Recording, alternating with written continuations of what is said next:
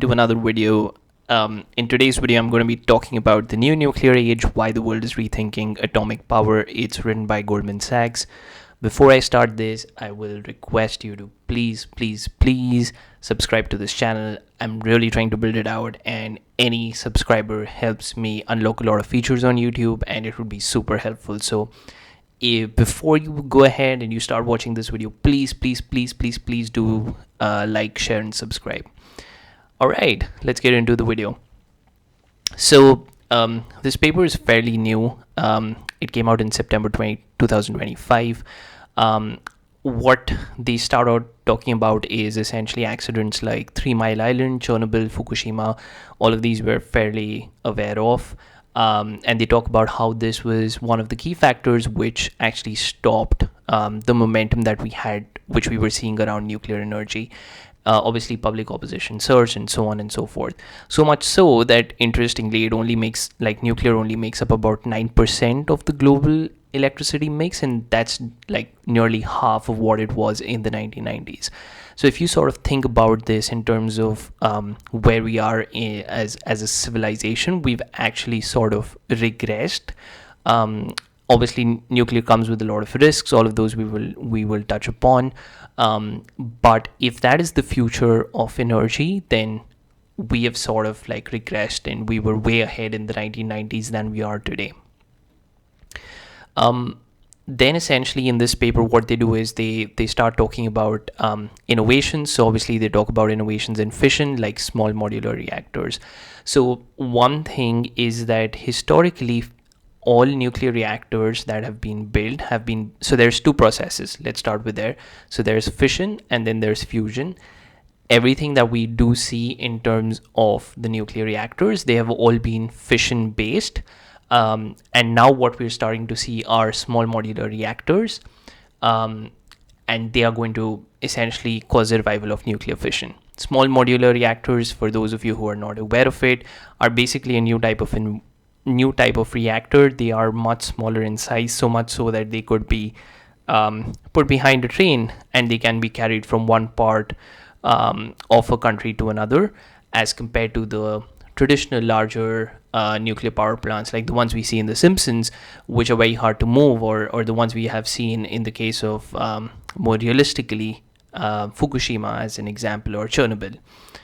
Advent of fusion energy represents a technological breakthrough that could revolutionize how energy is generated. I think this is quite straightforward. So what's happening is that everyone historically focused on fission. Now you suddenly have fusion. Both of these essentially are what is contributing to a resurgence in an interest in nuclear energy. I had a wow moment when I read this. So essentially what the US is trying to do is that they're trying to quadruple nuclear power generation by 2050, and they're essentially trying to they're trying to reassert their dominance in nuclear power. Now, what's interesting is as we go through this paper, you'll start seeing where all the other countries are and why this claim is actually sort of like a wow claim, because it's going to be pretty hard for the US to actually go ahead and catch up to Russia and China in particular. So they talk about AI infrastructure. So AI is driving an even greater surge in demand. Current estimates forecast that the demand will nearly double by 2050.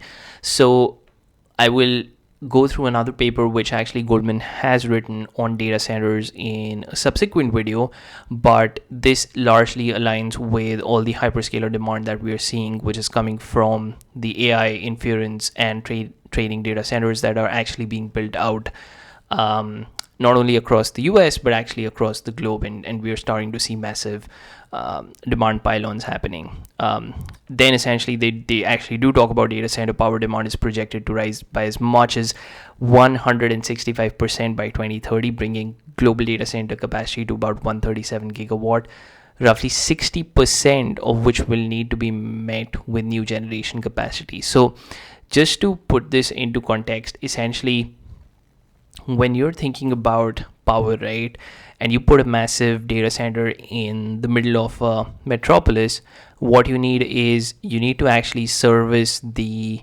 electricity requirements of the local population, and then of course what this data center wants. Now data centers are essentially power guzzling um, machines, right, in a way. So what you also need to think about is that you need to make sure that you are meeting current demand, but then you're also forecasting what future demand will look like to sort of mitigate for any potential risks in terms of capacity and demand challenges.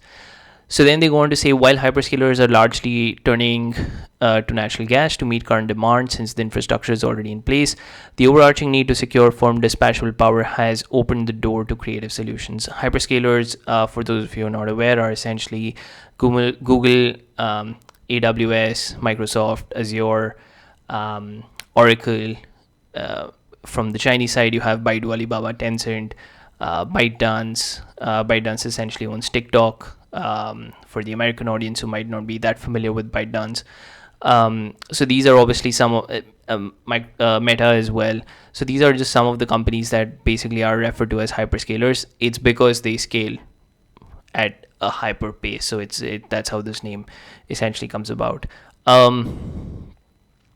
So the desire to keep carbon emissions in check, a long-term consideration for many large tech companies with net zero pledges. Almost all of the American hyperscalers do have this, has also underlined the need to develop sustainable power sources while avoiding the intermittency issues of wind and solar. So obviously, wind and solar are great solutions. That's what a lot of the hyperscalers are going towards. But what we are starting to increasingly see is that they also need backup to wind and solar. So because they are obviously reliant on the blowing of the wind and sunshine. So not all locations are able to guarantee that 365 days of the year, which is actually very important for the functioning of data centers. So to this effect, essentially, global investment in nuclear power generation grew at about a CAGR of 14%. But what's also equally interesting is that you're starting to see this number will go up considerably. That's because you're starting to see Microsoft, for instance, they have a 35 megawatt power purchase agreement to restart 3 Mile Island. You have Meta, who signed a 20-year PPA with Clinton Fission plant in Illinois, both of which were done with Constellation Energy. Amazon has a PPA which is with Talon Energy Corporation for almost 2 gigawatts of nuclear electricity to power its AI and cloud data centers in Pennsylvania. So all of this together is basically, it's just indicating that the hyperscalers have massive needs for power. All of them are in the range of 1 to 2 gigawatts. This is obviously going to increase as they start getting into this arms race to sort of build out AI, both from a training and an inference perspective. And then that also talks back to the nuclear fission plants. Most plants are 1 gigawatt or greater, which makes them appealing for the energy demand solutions. Hyperscalers have also helped lead investment in the commercialization of next-gen nuclear power, namely small modular reactors. So a lot of the hyperscalers essentially have sort of had to go down the route of building their own supply chain. So whether it's investments in partners, something that even NVIDIA to this effect is also starting to do, what we're starting to see is that all of the ecosystem players across the value chain are starting to see a lot more investment. In some cases, companies are going all out and just building the value chain themselves, where the suppliers don't exist or they do not meet the requirements that they're looking at. Then essentially, what we see here is basically a chart. So this is obviously from the 1950s to 2024. What you'll see here is by the 1960s, which is somewhat here where we start out, countries began to invest heavily. That's where you have this upward trajectory. The general sense of energy insecurity felt throughout the Cold War helped propel investment in the decade after the 1973 oil embargo, which is somewhere around here. So there's still a lag. So you see some flattening, and then there's the peak, and then it starts to fall down. Construction started on approximately 170 gigawatts of nuclear capacity, which is also the peak, and then essentially it's sort of started going down. During that initial period, which is somewhere around till 1973, the US obviously became the world's greatest generator of nuclear power. In the 40 years between 1957 to 1997, the US nuclear generation capacity grew from roughly 55 megawatt to 100 gigawatt, which was approximately 1,817x, which is a crazy number if you think about it in terms of the capacity that is there. So 55. So here's a way to think of it, right? um, Back in 2018, what we were starting to see was early deployments in tier 2 markets across Asia Pacific. The average size of a data center was 5 megawatts. The US already had like 55 megawatts of nuclear generation capacity back in 1957. 100 gigawatts is essentially a crazy increase, so much so that today, if you think about the total capacity of a market, for instance like Singapore, it hovers around 1 gigawatt. What the US already has is it has 100 gigawatts of energy capacity, and what we have, for instance, in the case of Singapore, is just 1 gigawatts of total data center capacity. So that just shows the scale at which the US was operating. I'm not biased towards the US, but I'm just saying that they had a significant advantage. Today, the average age of reactors in advanced economies is roughly 36 years. Lifetime extensions for old plants now account for approximately 10% of global fleet. United States still leads the world in terms of installed nuclear capacity. Current operating licenses of most reactors are due to expire in the 2030s, and that's what explains that you're going to start and see that there's going to be a decline. Now, going back to this chart, essentially, when you see this decline, right, that's a global decline that's happened. But one of the other interesting aspects is looking at the difference between these different colored lines. So what you see in the US is obviously like a peak which happens, and then boom, it just goes dead in 1994, and then you have like some increase starting maybe around the 2008s, and you see like some activity, but it's not very significant. Then you have China, right? So China is almost very limited in their presence out here, and then you start seeing like there's a significant uptake.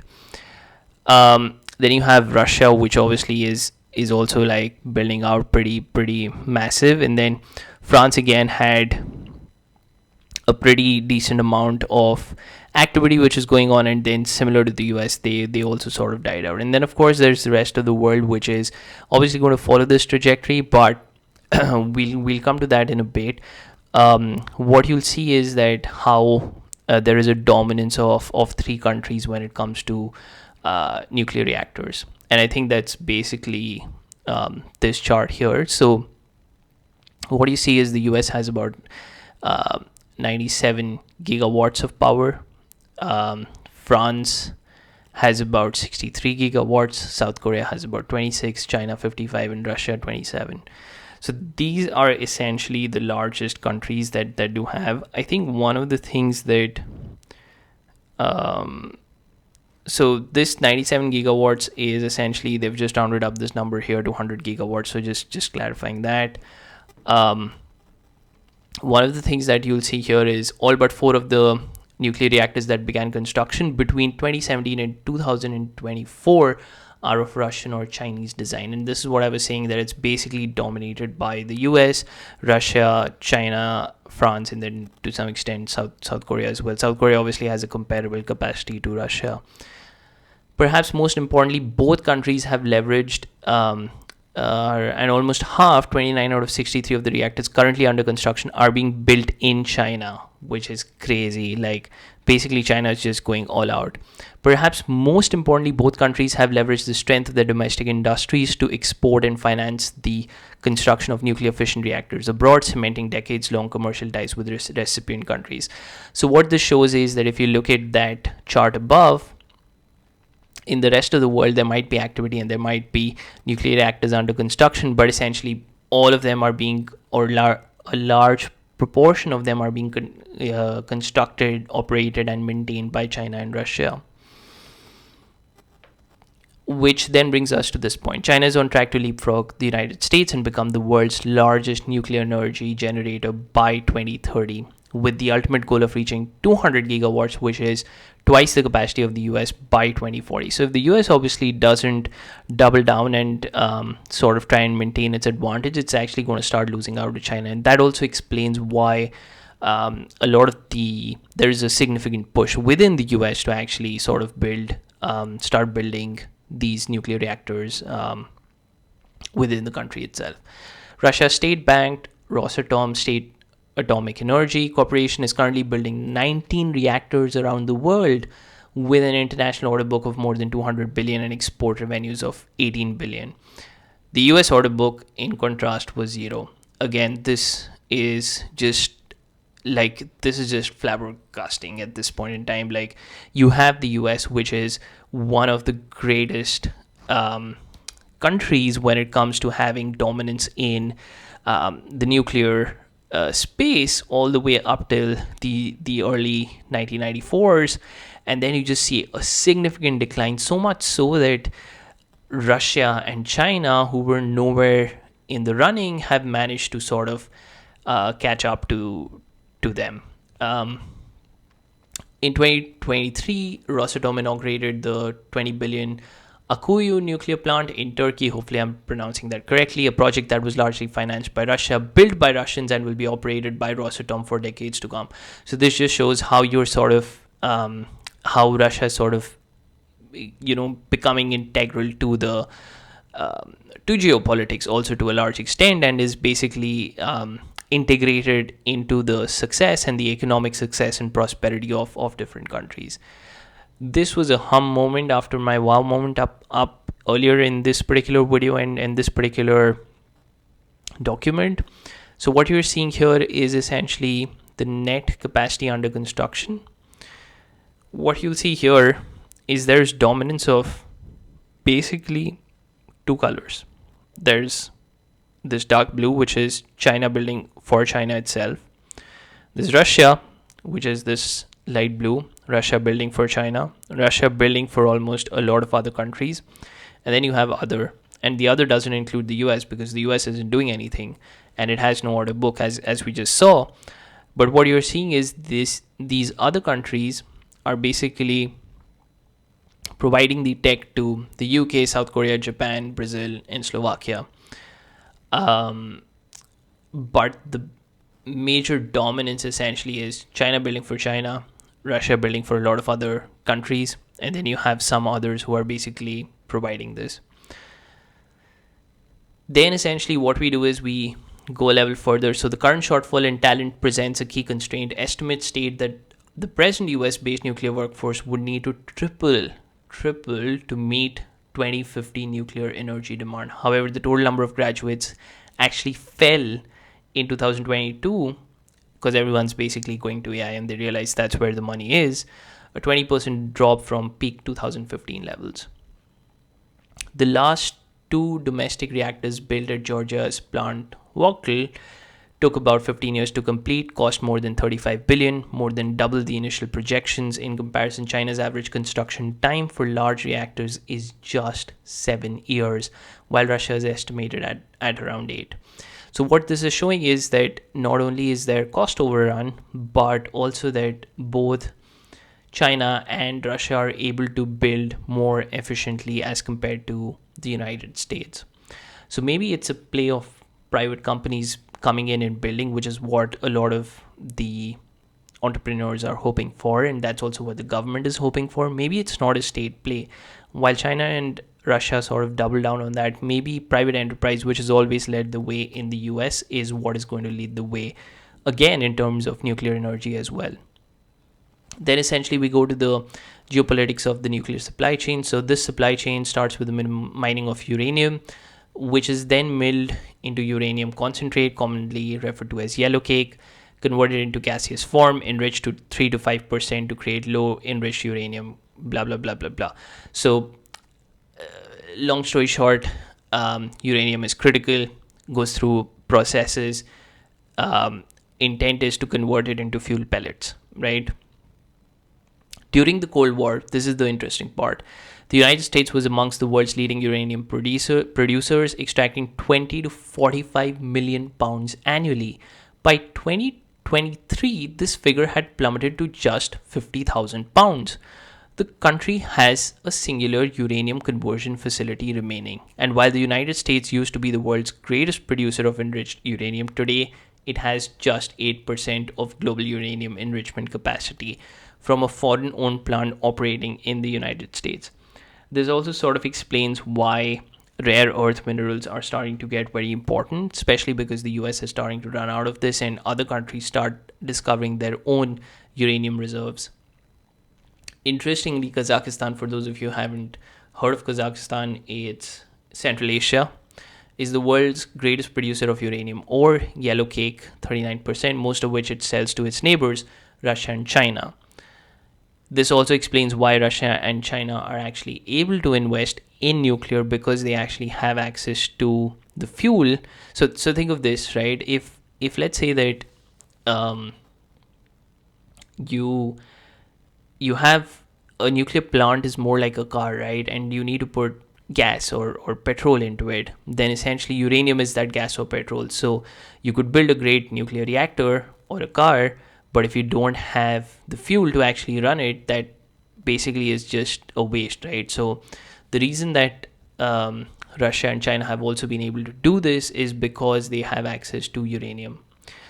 Russian and Chinese state-backed or state-owned enterprises control roughly 40% of global uranium conversion capacity and approximately 63% of global uranium enrichment capacity. Now think of that for a moment.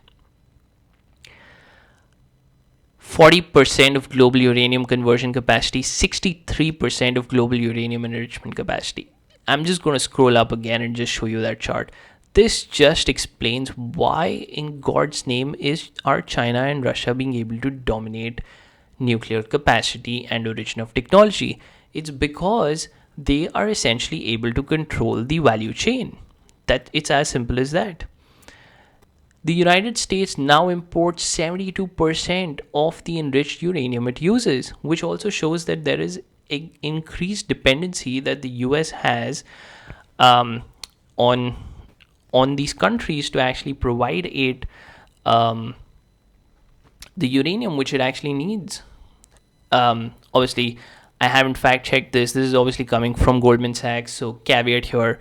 I'm trusting that the people who actually wrote this report actually did their research and everything they're stating here is factually correct. So in case there's something wrong with this, please feel free to comment, help me correct that. I will actually go and do more research. The purpose of this channel is not to actually fact check what is being written. It's more to sort of summarize what is being written by a lot of these investment banks, research agencies, so that personally I can have a better understanding, but then also a lot of us don't end up reading these papers, so you can have a summarized view of a lot of these papers as well. Okay, back to the video. SMR development in the United States. So what you see is essentially these two clusters and this one little odd dot here. On the East Coast, which is this part here, what you're starting to see is that there's dominance of prospective SMR development. But then if you look on the West Coast, there's a lot of them which are essentially in development or under construction, and you only have one prospective. Now, prima facie, it looks like, hey, the East Coast is going to be a lot more hep, or, it's seeing a lot, the density is much larger, it's got a larger quantum. But when you start looking at the West Coast, you realize that there's actually groundbreaking which has happened, and there's real development which is happening, which is actually more important than just looking at pure quantum and future SMR development that may or may not happen. Then essentially there's a paragraph around SMR. So basically they are significantly smaller. They're around 300 megawatts, modular. Unlike giant fission reactors, they can be mass produced in factories, assembled on site. They're also cheaper, faster to build, and then they translate into less risk and easier financing. Smaller size also means that siting is more flexible, which could make them easy to deploy for behind the meter or off grid loads, including potentially AI data centers, which is essentially how this whole resurgence or a focus on nuclear and a need to find an alternative to traditional nuclear actually started. Most SMRs are also advanced reactors, meaning they use innovative technologies to replace light water cooling used in traditional fission reactors. Finally, many but not all SMR designs use a different type of nuclear fuel called high assay low enriched uranium HALEU, which is between 5 to 20% higher than the LEU that fission reactors use. Basically, this is important because it increases efficiency, meaning plants can run for significantly longer before refueling is needed. Both Russia and China's operational SMRs experience cost overruns of about 300 to 400%, and this is likely to be typical until economies of scale develop. And this is something which is quite common because as you start working with newer infrastructure technologies such as SMRs, what you're going to start seeing is these typical cost overruns, because a lot of times what is basically designed is very hard to implement. There are challenges in the implementation, there are things that do not work, and that's what essentially results in these excessive cost overruns. Rosatom subsidiary 10X is the only commercial producer of HALEU in the world. Uncertainty over the availability of HALEU has held back some companies from committing to their reactor designs, which in turn impedes investment. So this again explains why Russia is actually starting to become extremely integral to global geopolitics as well from a nuclear perspective. In the US, it's all controlled by the Department of Energy, which can then award part of its stockpiles to advanced nuclear companies. So on and so forth. I think what is here, I actually highlighted this and I actually started the video without focusing on this, but I think I gave a not so detailed summarization of the difference between nuclear fission and fusion. But I think one of the things that is really important is that unlike with nuclear fission, the difficulty of maintaining conditions means that there is no risk of a runaway chain reaction or meltdown risk, because any disruption to these conditions stops the fusion reaction. So what happens in a fusion reaction also is that there is an inbuilt mechanism which essentially will not let an incident like Fukushima or 3 Mile Island happen, because that's just how the way in which the process is being designed, and in turn the nuclear reactors are being designed. And unlike the enriched uranium used to power fission, most of the fuels used in fusion are far less radioactive or not radioactive at all and cannot be weaponized, which again gives some form of comfort to normal people like you and me, but then also the lack of radioactivity and no weaponization makes it less interesting for defense, and it cannot be used for warfare. There are several technological and engineering challenges that need to be overcome before fusion energy is commercialized. Maintaining plasma stability at high temperatures, developing materials for the reactor that can withstand heat and potential radiation of the fusion reaction, so on and so forth. So I won't spend time on this because essentially these are more technical in nature, and unless basically you're from an engineering background, these really are not that significant. I think one of the few examples that's here is 2023. Microsoft signed a 50 megawatt PPA with Helion, which marked its first ever commercial fusion contract. Helion expects to come online by 2028. I think everyone's quite eager to see how that plays out. In parallel, Google signed a 200 megawatt PPA, and ENI signed a 400 megawatt PPA with Commonwealth Fusion Systems, both of which plan to inaugurate the plant by the 2030s. I think another moment happened here, which is the United States has arguably the world's strongest private fusion sector, boasting 25 of the world's 45 private fusion companies, and around 80% of the over 6 billion in equity investments into private fusion companies. Then essentially what has happened here is that if you look at this, right, what you want to see is China has consistently used its ability to fund, build, and scale projects quickly to become a global leader in clean energy technologies, from solar panels to electric vehicles. Now it is applying a similar strategy to fusion. State funding is there, domestic players who will be able to compete for domestic and international market share. Despite joining the game later, China is now spending $1.5 billion a year on fusion, nearly double US government funding. I think one of the other ways to think of this is that if you think about solar panels, right, there was a dominance which Europe and the US had at one point in time, and then everything just went to China, and then China just built the solar panels for very, very cheap, and they just dumped the market with solar panels, so much so that now everything which is related to solar is largely being built out of China. This has happened with the steel industry as well, whereby the Chinese steel industry sort of dumps steel into specific countries. A lot of the countries then start putting limits on what can be imported in terms of steel, because it is no longer viable or competitive for their local businesses or homegrown businesses to actually compete with the Chinese pricing, because they are actually trying to clear stock. But what it's doing in parallel is also causing a demand supply mismatch, which in turn puts excessive impact on the profitability, the revenues, and in turn just causes a major disequilibrium in the market.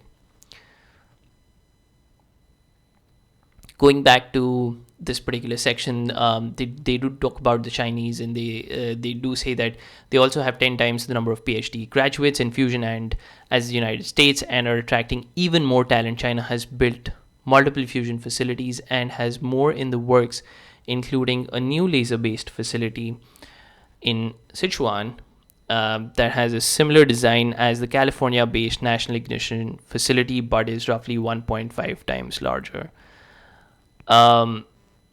I think almost reaching the end. Strong government involvement allows China to pursue projects that might face regulatory hurdles elsewhere, such as the world's first hybrid fusion fission power plant at Yahoo Science Island that aims to produce 100 megawatts of continuous electricity and can be connected to the grid by 2030. Just imagine that essentially what the state is doing in China needs to sort of be done by private enterprise in the United States, which are very interesting perspectives on two of the world's largest economies sort of going toe to toe. And it almost reminds me of, if you think about it, it's like the US and Russia at one point in time, right? Whether I think it was the US, yes, it was the US and Russia, whereby they were sort of figuring out whether it's going to be alternating current or direct current, which will form the global standard. And eventually the US won that race. And that has sort of played out across multiple different sorts of streams. And you've almost in like a major number of those cases seen the US assert their dominance. So it'll be interesting to see how this plays out when they're up against China in this particular case. Although hyperscalers are showing a willingness to invest in fusion by signing PPAs, most are not taking on development risks, which is quite evident because they have to deploy capital from their balance sheets, and they can't deploy such massive capital, which will raise a lot of investor eyebrows. This has led to calls for the US government to up its fusion funding, with industry and experts groups calling for a one-time infusion of $10 billion for fusion commercialization. Then essentially China's fusion supply chain advantage. So here again, it goes back to some of the most important components of fusion reactors, including high temperature superconducting materials, rare earth, barium copper oxide, tape, high powered lasers, and then a lot of these are essentially, they are available to a large extent in China. Obviously, there are questions about whether this fusion supply chain is capable of meeting current and future commercial demand. And then another thing is that if you look at these numbers below, which is from 2023 to 2024, supply chain increased from 250 million to about 434 million. And then 63% of the companies were uncertain that the supply chain could keep pace. So that obviously remains a broad risk which the entire industry is concerned with. I think finally, to sort of end, if you think about it, Japan has also restarted 14 reactors since Fukushima, and the government has committed to increasing the share of nuclear energy, which will go up from about 20%, which will go up to about 20% by 2040. The UK government announced that it would invest 51 billion in building the country's first nuclear plant in since 1995. I think, that being said, all this in summary, like if you look through this paper, I think one thing is clear, that nuclear is going to make a comeback in some shape or form. Whether it's a dominance of fission or fusion, that remains to be seen. Whether it's going to be led by the US or it's going to be led by China or Russia, that again is a question that everyone is sort of trying to think about. And then finally, what is going to be interesting is that how is that model going to play out? Is it going to be done by the private enterprise, which is what the US is sort of gearing towards, or will it be something similar to what China is doing, which is being very dominant in terms of state-funded backing? That being said, I'll sort of end with this line here, which is, the nuclear energy renaissance is underway, but success will depend on whether nations can build the infrastructure and partnerships necessary with the right capital solutions in place to support a robust nuclear industry. If you like this video, if you found it interesting, please do like, share, and subscribe. Until next time, see you around.